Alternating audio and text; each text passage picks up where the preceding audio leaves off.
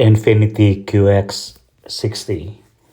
I'm going to remove the storage compartment, and that's the where the 3 volts is located, 10 millimeter volts.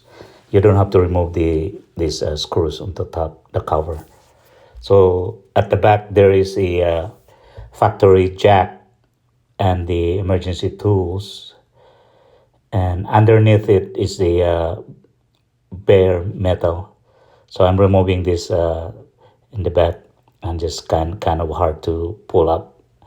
And I'm gonna show you the clips that's holding on the that cover in the rear.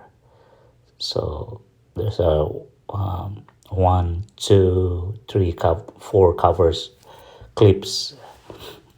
And as you see, this is the storage compartment box, and then just have to use the tools to pull up the clips, and it's about like 4 clips that's holding on to the top portion of the storage box.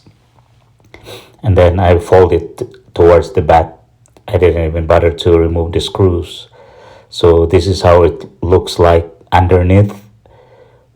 They place a kind of asphalt stuff, but I just added like about 30% butyl, then followed by closed cell foam on top of the blue, how do you call it, the blue butyl.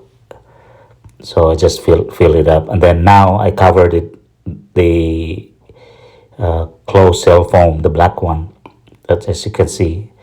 And then right on the box I place also a few cell foam on the plastic container compartment. So this is how it looks like when I covered all the on top of the foam. So that's about like 30% that I just cover, because the butyl rubber mat is will control the resonance and the vibrations, while the cell foam on top of the butyl layer will block the airborne noise, like the wind rush, tire roar, or the passing traffic. So I was this. So I'm trying to, at this stage, I'm just trying to put it back. So with the 3 10 millimeter bolt, and then just return all the tools and cover it up.